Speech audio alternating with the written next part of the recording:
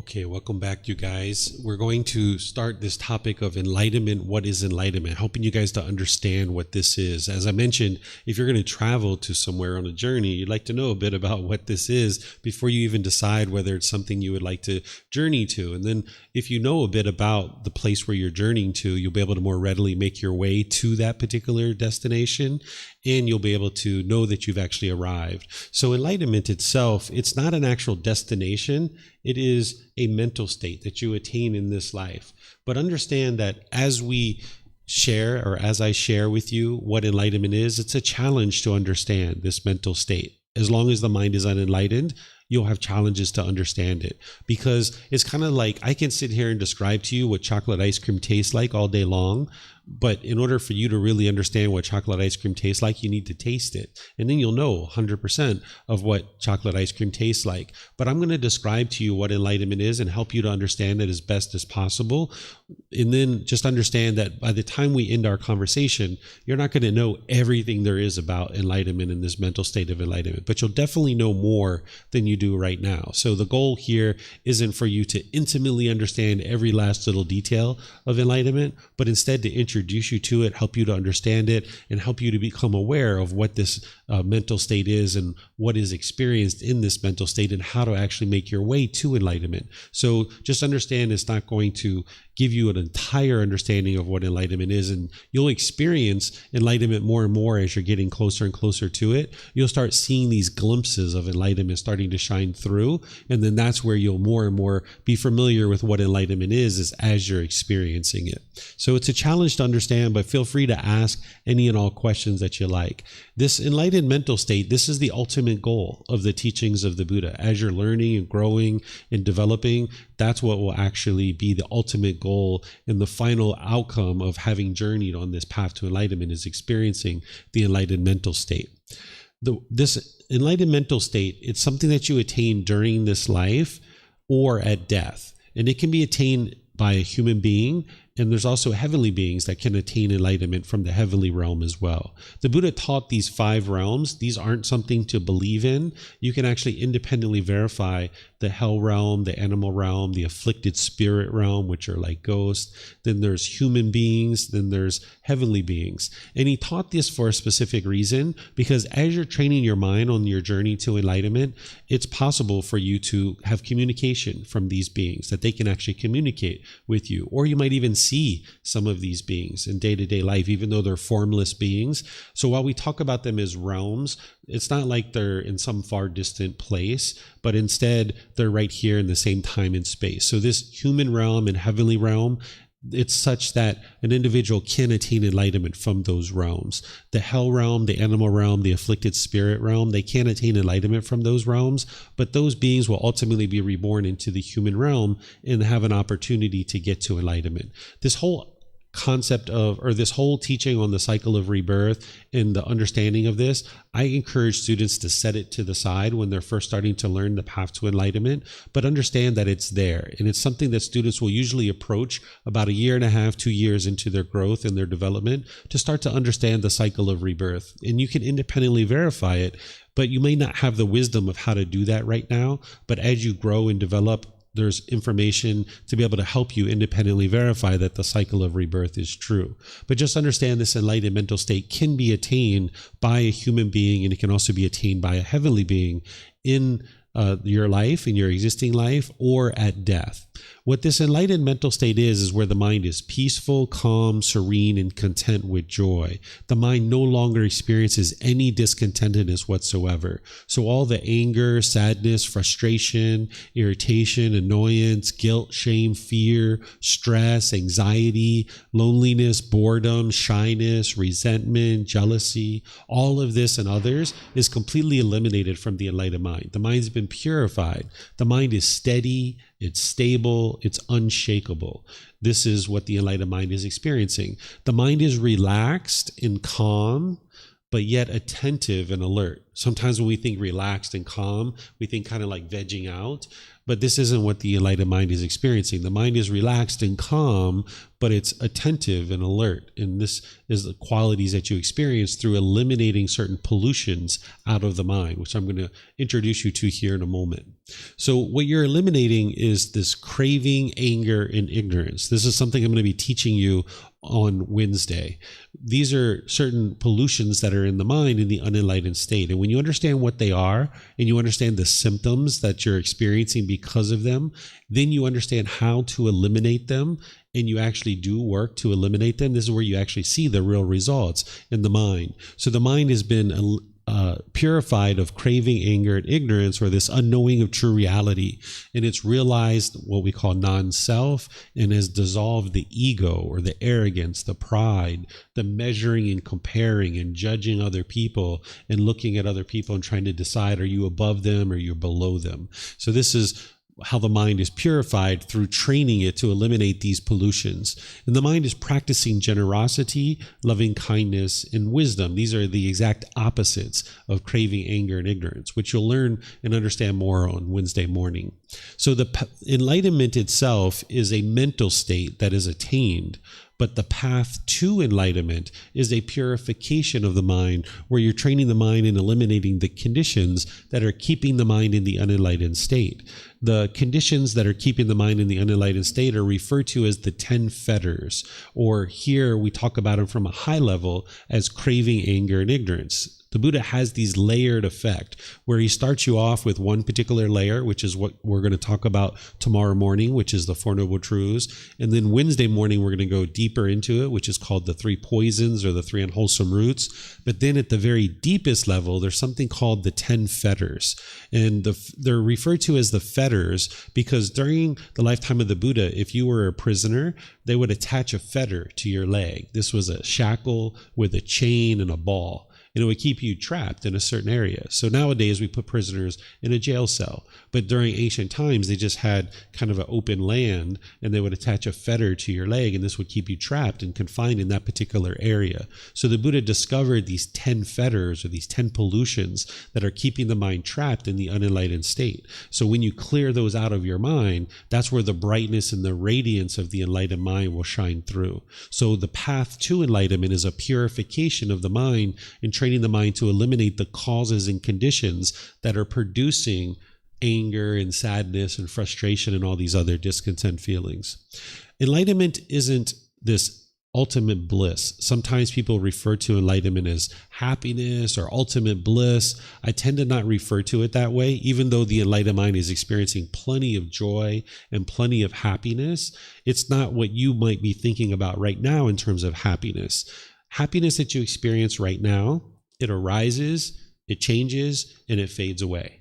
You might get happy if you get a raise at work, or you might get happy if your mom calls you, or you might get happy if it's sunny outside or something like this. But because the mind is forming its inner feelings on those things being impermanent, that means your happiness is impermanent too. So if you get happy when it's sunny outside, that means when it rains, you're sad or frustrated. Or if you get happy when your mom calls you on the phone, if she doesn't call you, you'll be frustrated or agitated or lonely or bored. Or if you get happy when your bank account balance is here, then when it goes down, you'll be sad or frustrated or agitated. This is what's called conditional happiness. And that's what you experience in the unenlightened state. You experience conditional happiness that arises, changes, and fades away.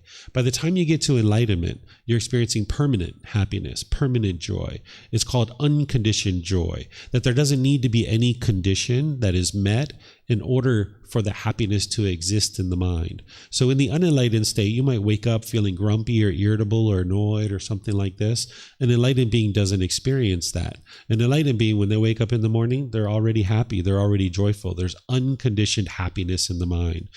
But I don't refer to it as ultimate bliss, because this is what you experience in what we refer to as the jhanas. What a jhana is there's these 4 preliminary phases that the mind goes through before you get to the first stage of enlightenment. There's 4 stages that the mind goes through before it actually gets to enlightenment. I'm going to introduce you to it here in a moment. But before you get to the first stage of enlightenment, there's these preliminary phases that the mind experiences. It's kind of like the light bulb is flickering and giving you some indication that you're putting together your practice, and you can start seeing some of the qualities of enlightenment shining through. It's kind of like the sun with the clouds in front of it, and as the clouds start to be peeled away, the brightness and the rays of the sun start shining through.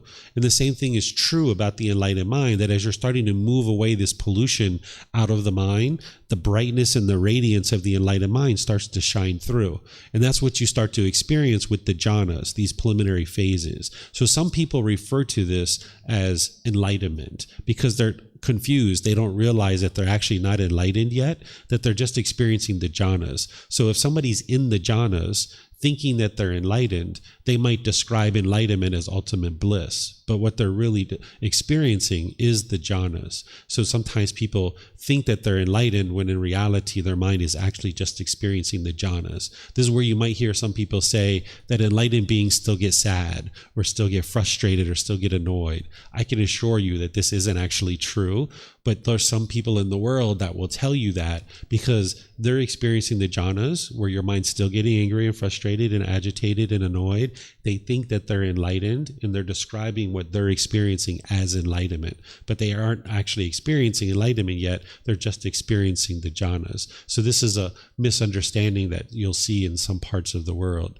So these jhanas, it's like night and day. When you go from whatever you're experiencing now, today, and the certain qualities of mind that you experience, by the time your mind moves into the jhanas, it's like night and day. But it's still not enlightened yet. The mind still needs to do more work to actually get to enlightenment. Enlightenment is far beyond what you experience in the jhanas, even better than what you experience in the jhanas. But because the jhanas are so impactful and so significant and so different than what you experience when you're off the path to enlightenment, that when people first get into the jhanas, if they don't understand what the jhanas are and what the 4 stages of enlightenment are, they can oftentimes think that they're enlightened when in reality they're not. So that's why I don't explain enlightenment as ultimate bliss, because this describes what you're experiencing in the jhanas rather than what you're experiencing when the mind gets to enlightenment itself. So the advantages of getting to enlightenment is that the mind is peaceful, calm, serene, and content with joy. And you'll never again experience any discontent feelings. This is a permanent mental state that is physically impossible for an enlightened being to experience anger or sadness or frustration. And you'll understand this more and more as I teach you the reason why, because you've purified the mind of the causes and conditions that are producing those things. You're experiencing these unconditioned mental states.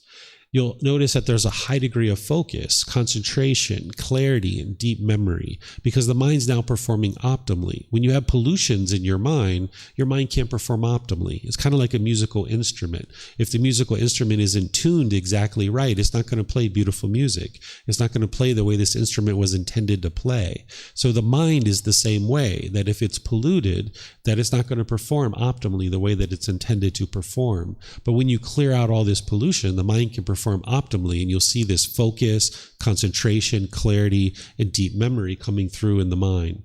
So as I mentioned, there's no longer any discontent feelings that are experienced. Those are all completely eliminated from the mind.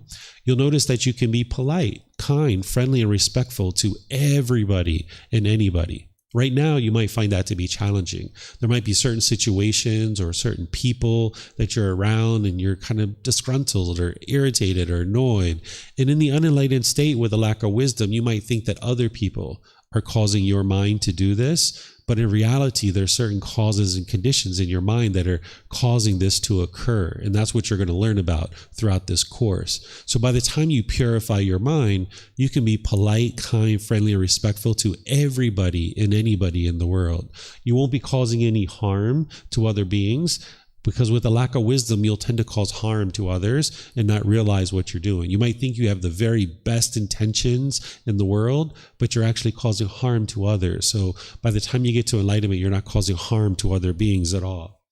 You'll notice that your personal and professional relationships will really be blossoming. You'll be able to conduct them with ease, because with the pollution in your mind, there's probably certain situations and certain relationships where you're maybe bitter, or you're harsh, or maybe you're aggressive, or irritated or frustrated. And that's coming out through your intention, speech, and actions. And when you treat people that way, that's what's going to come back to you.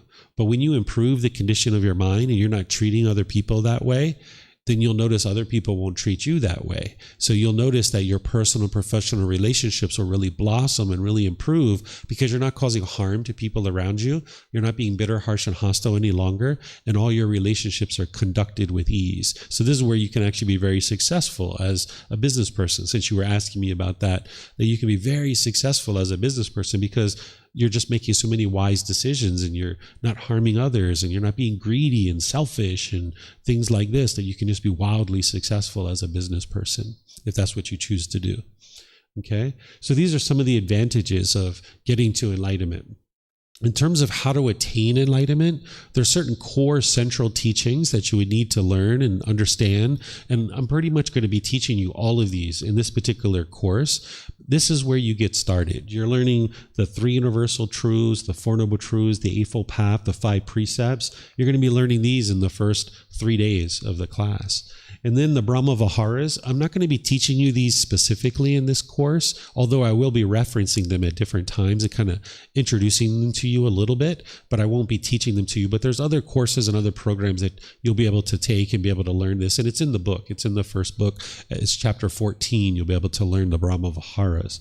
And then I'm going to introduce you to the 10 fetters here in a moment. And then I have various courses and retreats that go into a lot more detail about these. And then there's the 7 factors of enlightenment, which you'll be able to learn. These are actually tools to fine-tune the mind. Sometimes because of the name, sometimes people think that this is what determines whether you are enlightened or you aren't enlightened. But in reality, these are tools to fine-tune the mind. So I'll introduce you to those and help you to understand those as well. And then there's extensive meditation training that you learn and grow and develop. And this is the core central teachings that you would need. There's other teachings that you would need too that plug into all of this, but this is what people get started with in order to really get onto the path to enlightenment. And you're going to be learning these things as you go through this course to help you get a real nice foundation. So this is how you attain enlightenment. And what you're doing with these teachings is, as I mentioned at the beginning, is you're learning them, you're investigating them, you're examining them intellectually, right? That's what you're doing in the classes. That's what you're doing when you're reading books. You're intellectually learning things. But then you don't believe what I'm teaching you. You don't ever believe anything I say. You don't believe the books. You don't believe me. You don't believe anything. You reflect on what it is that's being shared with you to independently verify whether it's true or it's false. And then you start practicing the teachings. This is where you integrate into your life the meditation and all the other teachings that the Buddha shares. And now as you're practicing the teachings, this is what's transforming your mind. If you just intellectually understood the teachings, you'll never get to enlightenment that way. You need to be able to reflect on them, to independently verify them, and you need to practice them in your day-to-day life. And that's where the real transformation of the mind is occurring as you're eliminating the pollution out of the mind. So this is the core central teachings.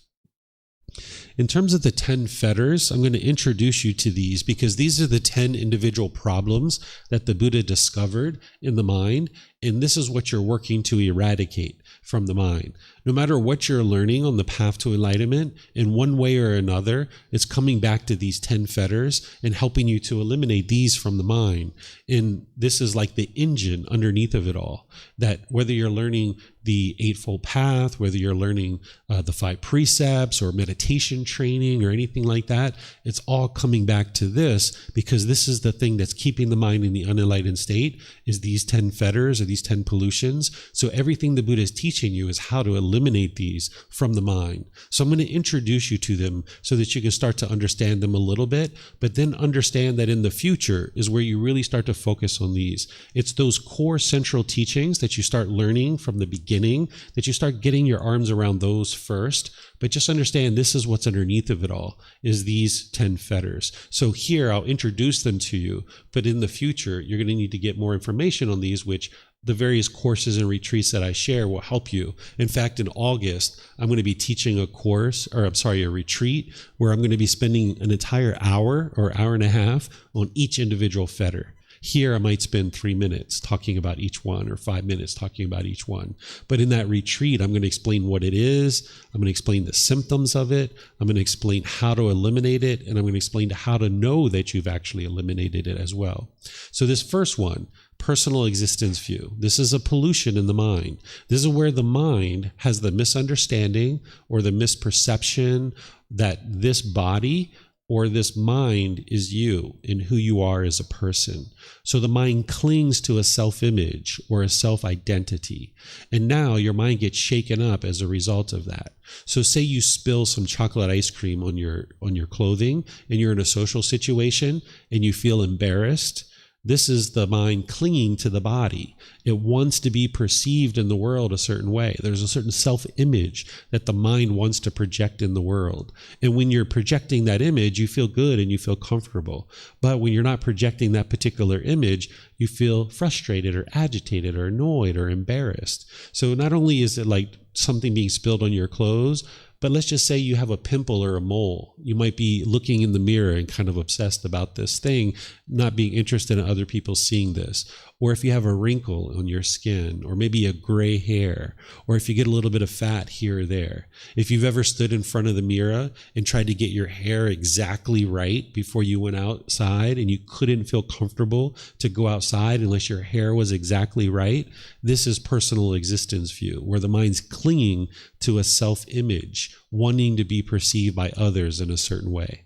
Or if you've ever put on a pair of clothes and you looked in the mirror and you're like, no, that's not the right pair of clothes, and you switched and put on something else, or you stood there in front of your closet trying to figure out exactly what to wear on any particular day, this is personal existence view. The mind's clinging to a self-image and it can't feel comfortable unless it's being projected in the world in that way. Then there's another component to this, which is the self-identity. It's not just the self-image, it's the self-identity. The mind will cling to a certain identity around your culture, maybe your ethnicity, maybe your nationality, maybe your sexual orientation or your job or occupation. Your mind might cling to a particular identity, thinking that this is who you are. So, for example, if you've ever been in a relationship and you were a boyfriend or girlfriend and you felt like, I am a boyfriend, I am a girlfriend. And now when you guys were together, everything felt great. But then when you separated, you didn't feel comfortable. You felt kind of lost or withdrawn in the world. And you felt like you wanted to hurry up and get right back into another relationship because you didn't feel comfortable in this role of single, because your mind identified with I am a boyfriend, or I am a girlfriend, or I am a husband, or I am a wife. Or say, for example, like I am Canadian, or I am Chinese, or I am American, or I am Pakistani, or whatever you identify with, either your ethnicity, your culture, your nationality, your mind can hold on to this, or maybe even your job or occupation. So now let's just say you identify as I am American. And now when somebody says, all Americans are lovely and fine, wonderful people, they're so friendly and kind. Oh, you feel great. You feel pleasant feelings. But now you're at a restaurant and 2 tables over, somebody's degrading and disparaging Americans and talking horribly about these people, right? And now if you identify with I am American, you're going to be frustrated and annoyed or really angry in this situation. So your mind can't be content and peaceful and joyful if your mind is identifying with any particular thing. Or say you were a police officer, right? And say you worked in this job for 20 years, and then say you got injured or you retired, or say you got laid off. Maybe they laid you off. You would feel lost. You would feel like a part of you is missing because I identify with I am a police officer. And now when you're no longer doing that any longer, you can feel lost. Like you're kind of like lost in the world because you identify with this as who you are. And now you're not doing that anymore. So your mind can hold on to any countless number of things as a self-identity. And you can get to a point where you eradicate this personal existence view, where you realize like this body was born on a land that we call America or the USA, but I don't need to identify with that. My mind doesn't have to grab onto that and identify with, I am American. I can just understand that this body was born in that land, but the mind doesn't have to identify that way. But the challenge is that all through our life, we've been taught and we've been incentivized to take on this identity, right? Wherever we grew up, there's probably a national anthem, there's a flag, there's this pride around being a member of this particular nationality or community. And we've even been given a label at birth. We were each given a label. My label was David. That's the label that I was given. And now all of a sudden the mind starts forming this identity around it. So this is the confusion, the misunderstanding that the mind experiences, that we can maybe intellectually understand that, yeah, this body isn't me or this mind isn't me. But then when you're in the world and people are commenting either positively or negatively about this body, the mind can be confused and misunderstand. And this is where the anger and the frustration can arise if it's clinging or holding on to this body or this mind, thinking that this is who you are. So this is something that can be eradicated. And we're going to talk about this more tomorrow as well. It's called realizing non-self, where you get to the point where you realize that this body is not you and this mind is not you. But the challenge is that the mind's going to keep grasping and trying to hold on and cling to something and say, this is who I am. But that shirt you're wearing, that's not you. That's not who you are, right? Or this skin that you've got, that's not you. This hair, that's not you. These ribs, these bones, the fluid, the muscle tissue, none of that is you. But the mind in the unenlightened state with this pollution will be confused and think that this is you. So then when you cling to it and hold on to it, wanting it to be permanent, but then you start experiencing these changes, the mind doesn't like that. When you go from being youthful to having a little bit extra fat or some wrinkles or some gray hair, the mind can be shaken up by this because it's clinging to this body, wanting things to be permanent. And it doesn't like it when it's experiencing all this change. So this is personal existence view, just as a little bit of an introduction. And this is one of the most challenging ones for the mind to understand. And oftentimes people have difficulties understanding this. And it usually takes multiple conversations to be able to understand this and actually be able to practice to eliminate it. All these others are much more straightforward than this one. So this one is a bit more challenging for people. Number 2 is doubt. What doubt is where you have doubt about the Buddha, the teachings, the community, your teacher, or your own ability to get to enlightenment. And this is common, that people will come to the path to enlightenment and they'll have doubt. Did this person actually live? Does his teachings actually lead to this mental state? Does this community that you're part of, will it really support you and help you on the path? Is your teacher really able to guide you to enlightenment? Or do you have the ability to even get to enlightenment? You might have doubt in your mind. But the way that you eliminate doubt is not through belief or faith. That's not how you eliminate doubt.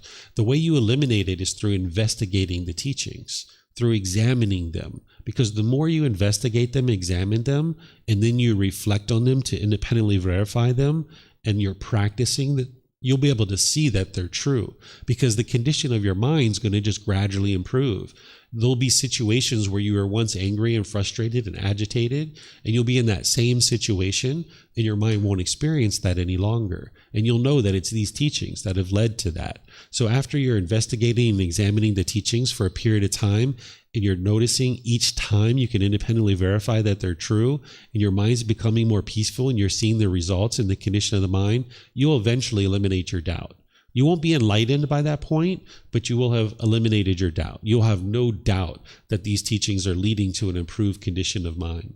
So if you have doubt right now, which a lot of people do when they first come to the path, I know I did, you probably do too.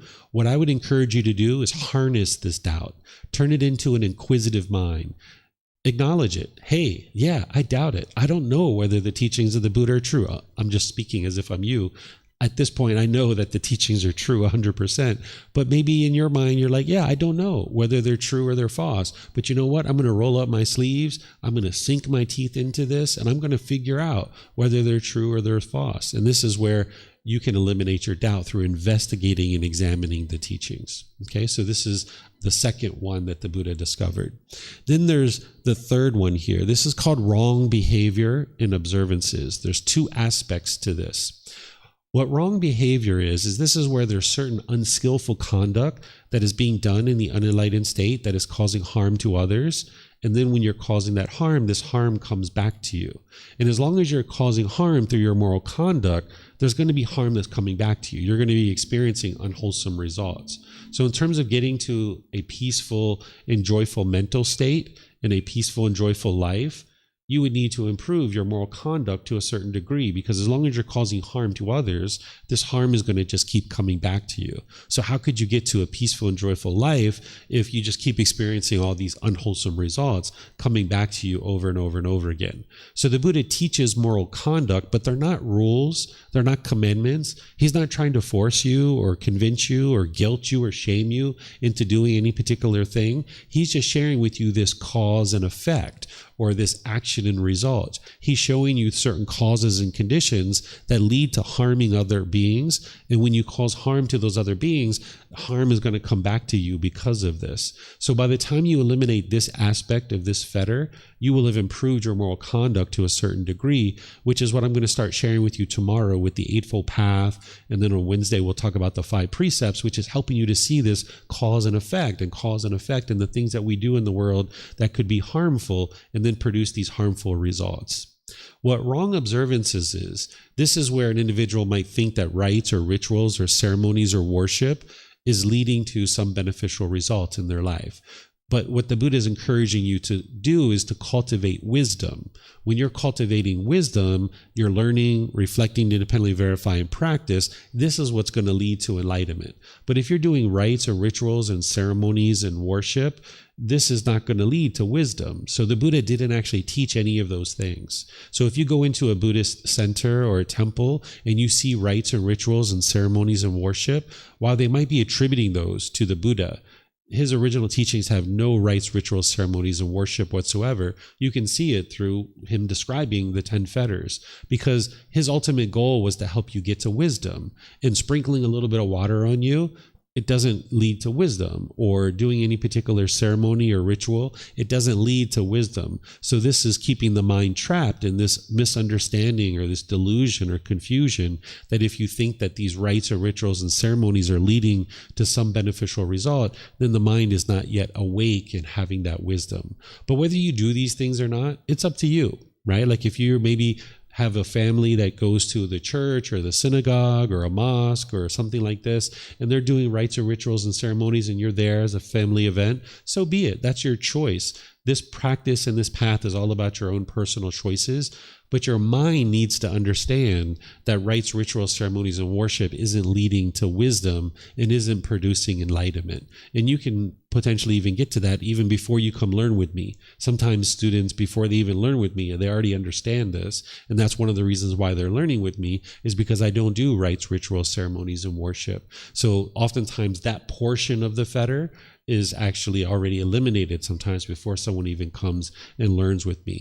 So this particular fetter of wrong behavior in observances has these 2 different sides to it. And then these first 3 need to be eliminated in order to get to the first stage of enlightenment. These others, I'll just kind of introduce you to them a little bit. You're going to be learning about sensual desire quite a bit as you go through the course. This is where the mind is longing, yearning through the sense bases, like the eyes, the ears, the nose, the tongue, the body, and the mind itself. The mind wants permanently agreeable contact. So for example, when you see things you agree with, you might get happy or excited. But then when you see something you disagree with, you'll get frustrated and agitated or annoyed. Or hearing. Say you're at a stoplight and someone pulls up next to you in a car with some music that you particularly like. It's like, all right, yeah, that's my jam. Yeah, let's go. All right, come on, let's do it, right? But then you pull up to the next light and someone's got some music you don't like. Right? This is the sensual desire. The mind wants to hear permanently agreeable sounds. And now you get frustrated because you're hearing this music that you disagree with.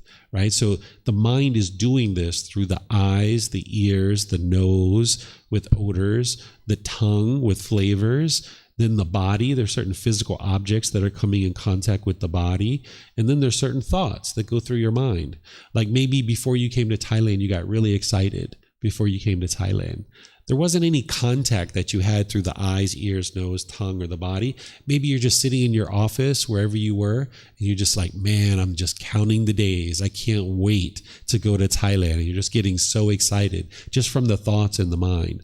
But then when you went to the airport and maybe your flight was delayed or canceled, you got frustrated, you got annoyed, because the mind's craving and longing, yearning, it's wanting things to be a certain way. This is what you're going to learn tomorrow with the Four Noble Truths. So this central desire is where the mind is longing, yearning, and wanting things to be a certain way, and it's wanting this permanently agreeable contact through the sense bases, and this just isn't possible. So this is one of the pollutions in the mind. Then when you don't get what you want, because of the central desire, when the mind doesn't get what it wants, this is where the ill will can arise. The bitterness, the hostility, the aggression can come out through one's intention, speech, and actions. So there's pollution in the mind on these things. Then we go into what's called the higher fetters. I won't explain these two to you, but let me just kind of introduce you to conceit. What conceit is this is part of the ego. This is the arrogance, the pride, the measuring and comparing, putting people above you or putting people below you. So now maybe when you think you're above people, you might talk down to them. Or when you put yourself below people, maybe you're shaken up when you're around them, like maybe a boss or a politician or a celebrity or something like this. You might be all shaken up when you're around this person that you feel like you're below them. Where this is coming from is our countless existences in the animal realm. We needed conceit.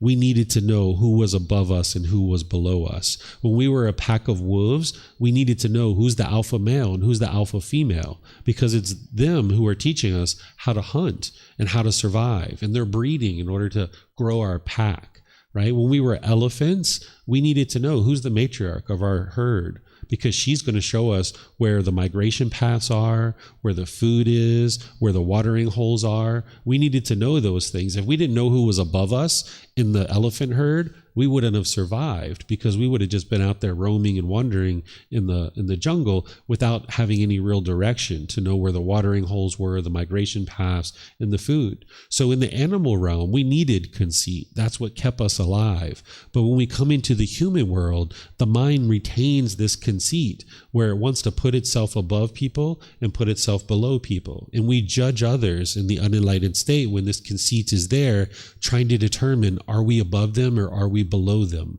right? And as long as you're doing this, the ego is present, and you're treating people with arrogance and pride and things like this and boastfulness, people will reject you. People will push you aside when there's arrogance in the mind. So you can eliminate this through training of the mind by becoming humble and seeing yourself just as everybody else. Maybe other people think the president of your country is higher and more important than maybe someone who's cleaning the street and sweeping the street. Maybe other people think that way, but you can think that everybody's equal. Okay, there's this president who's making certain decisions for the country. Great. We need somebody who's wise making those decisions, but we also need someone cleaning our streets too, because we like clean streets. And we all just have different roles and different responsibilities, but we can view everybody as being equal. That's what you would do when you eliminate this conceit, that you won't think of yourself or other people as this pecking order that exists in the animal realm. So this conceit is causing the mind to experience troubles and difficulties in the world. Then this ignorance, I'll introduce you to this one. I refer to this as the unknowing of true reality, because this word ignorance is kind of like a derogatory word, and people are translating what the Buddha taught into English. And this word ignorance isn't something that a Buddha would use, because it's kind of a derogatory word nowadays, but I still use it here because that's what you'll see other people will use, and you'll understand that what I'm talking about is similar to what they're talking about. But instead, if I was you, I would think about this as confusion or misunderstanding or the unknowing of true reality. Essentially, the mind in the unenlightened state, it doesn't understand what it doesn't understand. It has a lack of wisdom. And because of that lack of wisdom, it stays stuck in the unenlightened state. So one of the things that you're going to learn tomorrow is what's causing your mind to be angry. part of this ignorance or this unknowing of true reality is we tend to think other people are causing us to be angry or frustrated or sad. And this is the ignorance or the confusion. But when you learn the Four Noble Truths and you independently verify them, you will be able to see that it's your own mind that's causing these discontent feelings. And when you understand what's causing it, then you can actually eliminate it. But as long as this unknowing of true reality is there and you have this lack of wisdom, you wouldn't be able to get to enlightenment. So that's why I start off all of new students saying, don't believe these teachings, but get to wisdom, because wisdom is what antidotes this. Wisdom is what transforms this. So when you can learn something, when you can reflect on it to independently verify it and practice it, then you know the truth and you have wisdom and you will transform this ignorance. And now your mind can move closer and closer to this peace and joy. But as long as you don't understand, as long as you don't have wisdom to know what's causing these feelings, you won't be able to solve them. That's why you haven't been able to solve it yet, because the mind lacks the wisdom to know what's causing it. So this is how you can transform this ignorance, is by getting to wisdom. Okay, so these are the 10 fetters. Any questions on any of these? Yes, ma'am. If you can get these mics, you guys can keep them with you too, by the way. You don't have to put them back each time.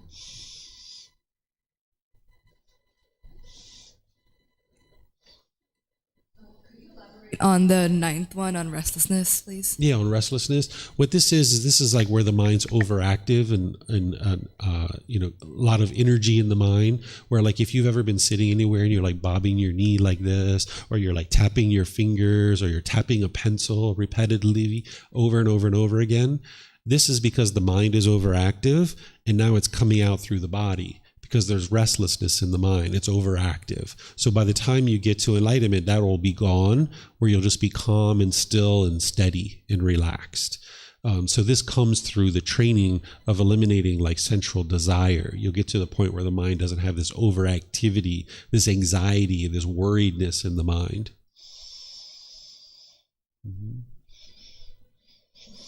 Any other questions you guys have on these? Okay, so as you're eliminating these, the mind is moving through what we call the 4 stages of enlightenment. There's 4 individual stages. The Buddha referred to them as stream enterer, once returner, non-returner, and arahant. And then there's something called a Buddha, which isn't a stage of enlightenment, but I'll explain that to you and what a Buddha actually is. But first, let's talk about the 4 stages of enlightenment. The first stage of enlightenment is referred to as stream enterer. And the reason why is because just like a log enters the stream and it's going to eventually get to the ocean, it's just a matter of time. The same thing is true once you get to the first stage of enlightenment. Once you get to the first stage of enlightenment, you will get to enlightenment. It's only a matter of time. That's why we call it a stream enter. You've entered into the stream. And if you die in this stage of enlightenment, you will actually come back into the human realm again, right? I'll show you guys this with the fetters, that getting to this first stage of enlightenment, you would have eliminated the first 3 fetters: personal existence view, doubt, and wrong behavior and observances. And this takes a period of time. It's not a 1-week thing. It's not a 1-month thing. It's not even a 1-year thing. It's going to take you time to gradually train your mind to eliminate these 3 fetters. And as you do, your mind moves into this first stage of enlightenment. And you will know that you're in that first stage of enlightenment because your discontentedness will be significantly reduced. Whatever discontentedness you experienced prior to the path to enlightenment, by the time you get to the first stage of enlightenment, it's a mere fraction of what it once was. And if you die in this stage of enlightenment, you will come back a maximum of 7 times into the human realm. This doesn't mean you have to come back into the human realm this many times, but a maximum of this many times. You can actually keep on going from the first stage of enlightenment. It's just if you die in this stage of enlightenment. Then when you eliminate the first 3 fetters, your mind is already in the first stage of enlightenment, but then you thin out central desire and ill will. So if you're noticing like some people, as they age, they're not as interested in sex anymore. This is like the reduction of central desire.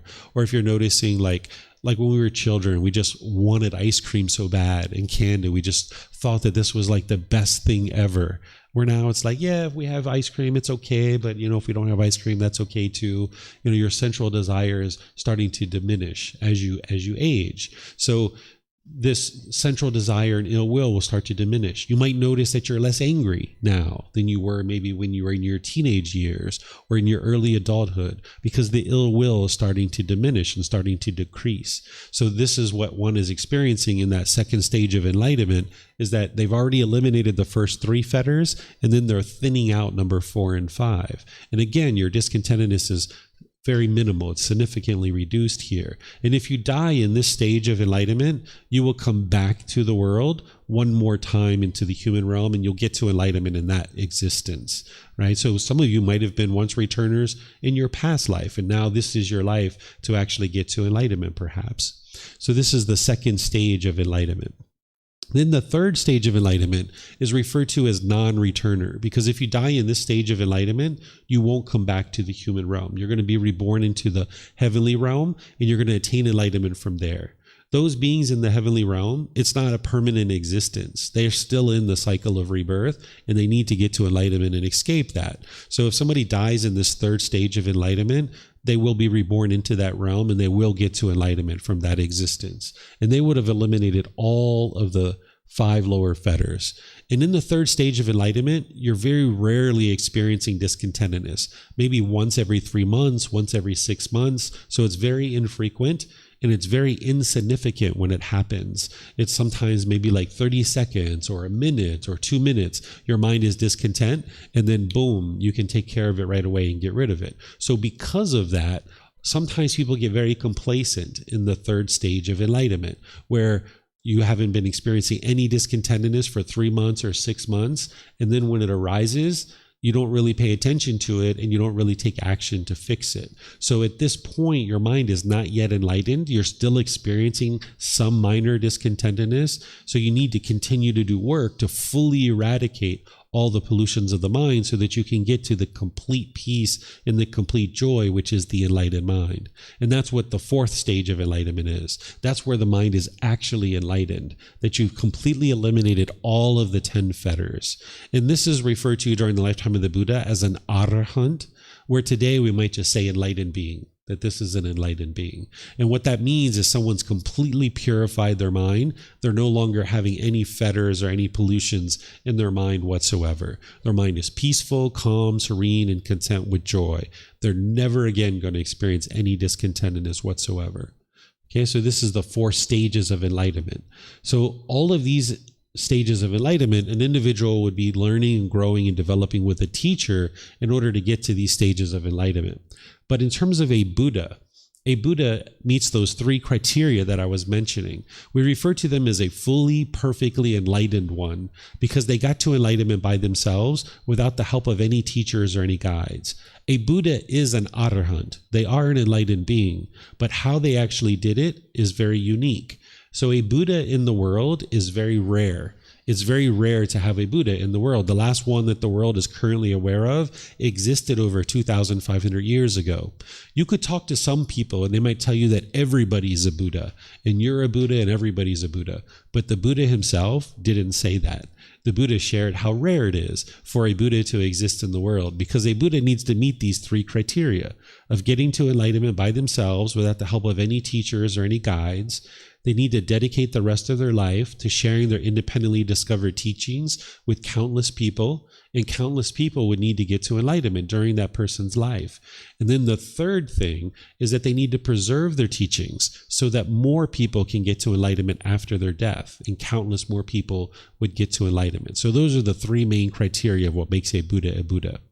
The thing that allows them to be able to get to enlightenment by themselves without the help of any teachers or any guides is that they have a deep, profound memory, far beyond anything that you might be currently thinking of. So for example, in your life, you have a certain capacity in your mind, like a hard drive on a computer. A hard drive has 500 gigabytes or 1 terabyte of hard drive space. And now when the computer needs to put more files, when it's reached its capacity, it needs to delete old files in order to store new files. So this is the reason why, like in the last 5 years or so, you probably have pretty good recall of what you've been doing over the last 5 or 10 years. But when you think back to your childhood, you probably only have spotty memories of what happened during your childhood. Because you've experienced new things, you're storing new files, you're storing new memories, and you need to delete old files in order to store these new files. So you don't have direct recall in significant detail about things like in your childhood. But an individual who is going to become a Buddha, they don't have this limited capacity. They have an unlimited capacity of things that they can remember from this life in their previous lives too. So they accumulate a bunch of wisdom to the point in their last life they can put all that together and actually get to enlightenment by themselves without the help of any teachers or any guides. So this is one of the things that a individual who's a Buddha will have a profound memory to recall countless details about their current life and their previous life. And then a person who's a Buddha can quickly determine the condition of someone else's mind through spending time with them. And then what they would do in that situation, if the person was a student, is be able to offer that person teachings that would be able to help them to then be able to get to enlightenment. So a Buddha would be able to essentially read a person's mind and be able to understand someone's mind and then be able to help them with teaching. So this is one of the things that makes a Buddha so effective, that they can help countless people get to enlightenment during their lifetime. So a Buddha themselves, they're not actually interested in other people knowing that they're a Buddha.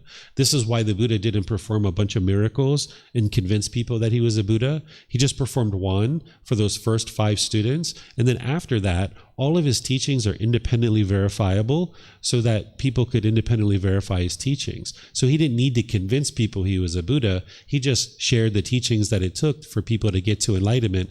And then as more and more people were getting to enlightenment, they figured out that he was a Buddha because they understood what a Buddha is. So a Buddha can quickly determine the condition of someone's mind and then help them with teachings. And it actually helps him that people don't know that he's a Buddha. Because if everybody knew that a person was had a certain turn of the ear, or their nose was turned a certain way, or there was a certain mark on their forehead that designated them as a Buddha, people would be on their best behavior around that person. So the Buddha wouldn't be able to observe their mind and be able to help them with teachings. So a Buddha isn't interested in fame or fortune or anything like this. So they've already transcended all of that. They're only interested in helping people to get to enlightenment. So by people not knowing who a Buddha is, they can actually be more effective at sharing their teachings and helping people to get to enlightenment. A Buddha is going to be a deep practitioner of their own teachings. They're essentially a living, breathing, walking example of their teachings.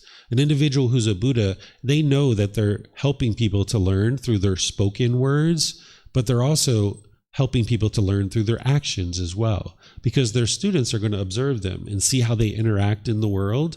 And if they're teaching things in spoken words, and then they're also functioning that way as an individual, their students can learn through their actions. So a Buddha is going to be a living, breathing, walking example of their teachings as an example to help their students to be able to learn how to function in the world as an enlightened being. So these are the criteria of what makes a Buddha a Buddha. So you can get to enlightenment and you'll be plenty peaceful and plenty joyful as an enlightened being. But at that point, you wouldn't actually be a Buddha because you won't meet these criteria that are discussed here. Okay, so any questions here about the 4 stages of enlightenment or what a Buddha is? No questions here? Okay, all right. So now let's talk about what enlightenment is not. This is typically the way that I will teach, is I'll explain to you what something is, and then I'll explain to you what it's not. So that way it'll help you understand more of what it actually is. So what enlightenment is not, and how to know that you're not enlightened, is that the mind will still experience discontentedness. If you're experiencing conditional happiness, conditional excitement, all these pleasant feelings based on some condition has to be met in order for your mind to experience that feeling, then you know your mind's not enlightened. Or if you're experiencing painful feelings like anger, sadness, frustration, or all these other painful feelings, you'll know that your mind is not enlightened. Or if you experience boredom or loneliness or shyness or displeasure or anything like this, you know that your mind is not yet enlightened. If you notice that you have a craving or a desire to tell people that you're enlightened, then you know that you're not enlightened. This is one of the best ways to know someone's not enlightened, is they're going to tell you that they're enlightened. So if somebody walks up to you like, yeah, by the way, guess what? I'm enlightened, right? This is the arrogance. This is the pride. This is the boastfulness. If you're enlightened and your mind is peaceful and joyful, go be peaceful and joyful. Why do you need my admiration? Why are you desiring me to admire you that you're enlightened? If you're enlightened, you don't need to go around and tell people that you're enlightened. Just go be enlightened, right? So if you or someone around you is bragging that they're enlightened, the ego is still there. There's boastfulness, right? There's arrogance, there's pride. So how could the mind actually be enlightened? So by the time you get to enlightenment, you won't be going around telling people. You won't put it on your Facebook page. You won't call your mom up. Hey, mom, by the way, guess what? I'm enlightened. Aren't you so proud of me? Right? This isn't what an enlightened being would end up doing, right? So then if you notice any complacency or a lack of motivation, lack of initiative, enthusiasm, or ambition, or willingness to do something, if there's a lack of energy, if there's tiredness and exhaustion, then the mind's not yet enlightened. By the time you get to enlightenment, you'll have sustainable energy all through your day. That might not be the case now. You might notice that you go up and you get really excited and you have lots of energy, and then you might crash and be tired and exhausted.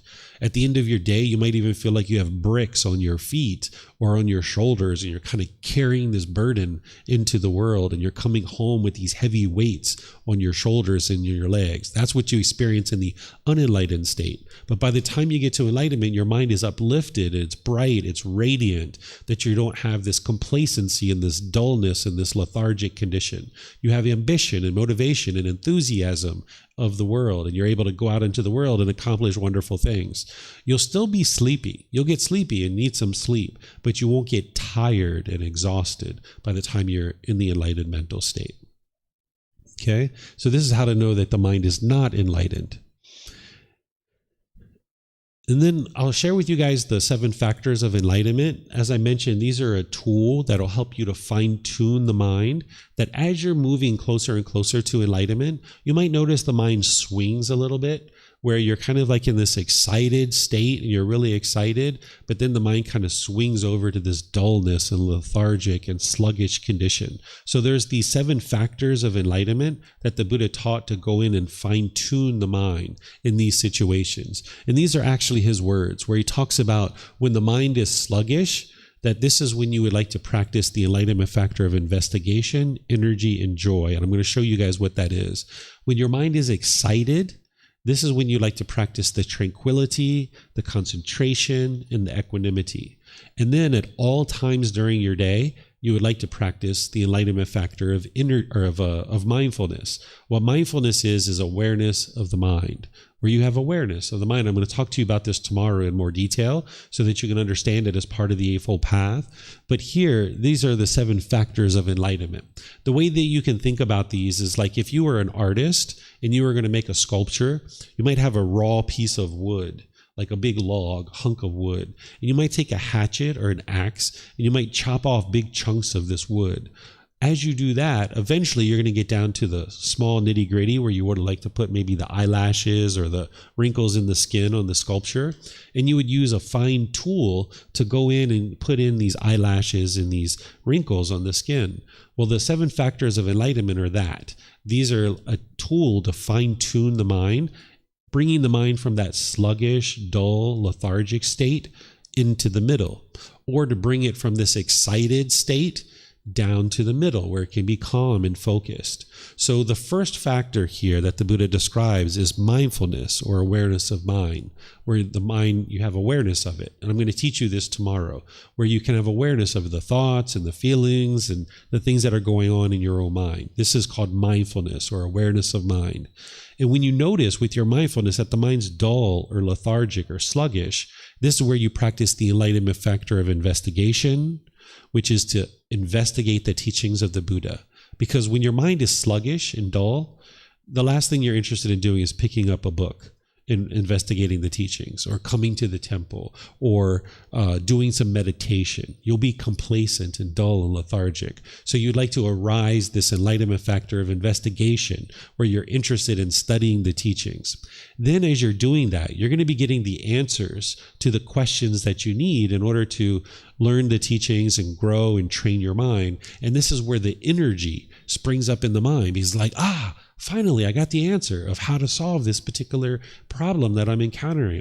This energy starts to spring up in the mind, bringing you out of that sluggish and dull state. And then this is where the joy comes into the mind, where you have this joy, where the mind is now joyful, not based on any condition, but it's just joyful because it's joyful. So that's what's going to lift the mind out of that dull and lethargic, complacent state.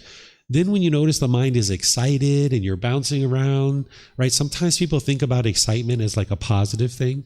But have you ever been so excited you like fell down or you tripped or you like broke something, right? This is because the mind's like all shaken up, right? You're so excited, you're like bouncing off the wall, right? So you like to train your mind to be calm and composed, having evenness of temper. So with your mindfulness, when you notice your mind is excited and you're in that excited state, you'd like to calm the mind down with tranquility, with focus or concentration, and then with equanimity, which is calmness and composure, even in a difficult situation.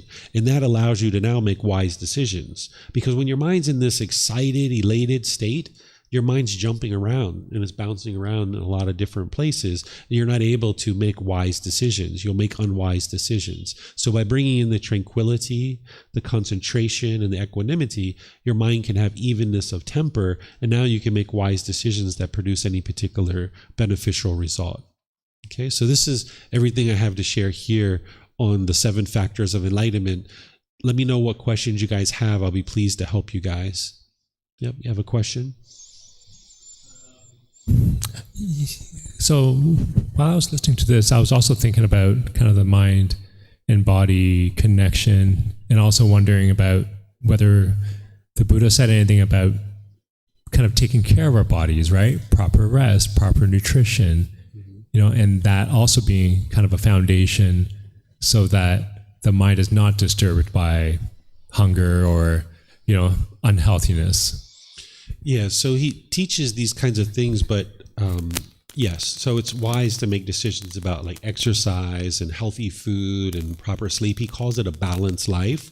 He talks about living this balanced lifestyle, but you're not going to get to a point where you're permanently satisfied in terms of your hunger, since you mentioned that, right? You're going to experience hunger pain at some point because your body can't be permanently comfortable. But if you're craving for this body to be permanently comfortable, then you'll be frustrated when the body is experiencing those hunger pains. So when the mind gets grumpy or irritable because it's hungry, sometimes we think this is biological. That's what some people think. But in reality, what it is it's the mind is having this craving for permanent comfort.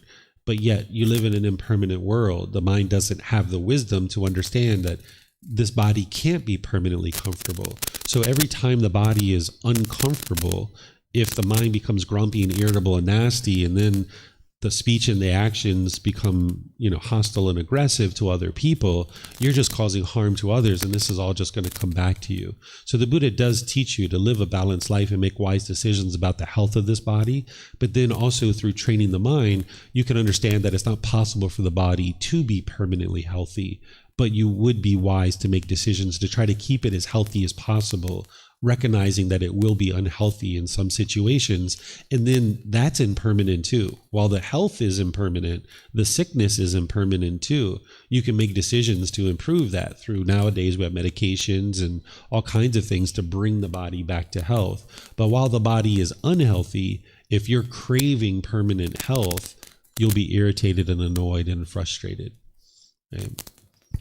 Yeah. The mind always wants what it doesn't have. Right? We saw this like during COVID period. Like prior to COVID, there were probably people that were at work complaining about how exhausted they are and they never get a chance to rest.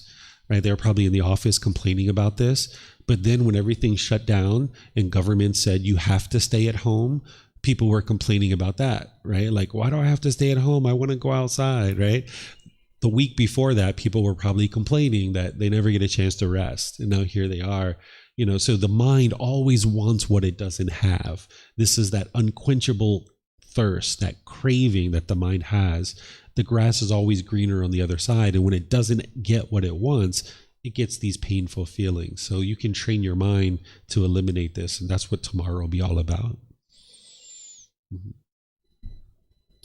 Okay, so that's everything that I had to share with you here about the enlightened mental state and what enlightenment is. Of course, there's plenty more for you to be able to learn about this mental state, and you'll get more and more familiar with it as you're experiencing more and more the qualities of enlightenment. But this is just to kind of help you get started and give you an introduction to what enlightenment is. It's this mental state where the mind's peaceful and joyful. You've eradicated pollutions from the mind, and now the mind can experience the peace and joy permanently. You no longer experience any discontent feelings. You've eliminated all those causes and conditions. And then there's those other advantages that you experience as well, like your personal professional relationships improve, your concentration and focus and clarity and memory and things like this. So now what I'm going to do this afternoon, after we take our lunch break, is I'll teach you guys the chanting that I do in order to ease into meditation. I'm going to explain to you the reason why we chant. I'll give you an explanation of the history of chanting and where it came about,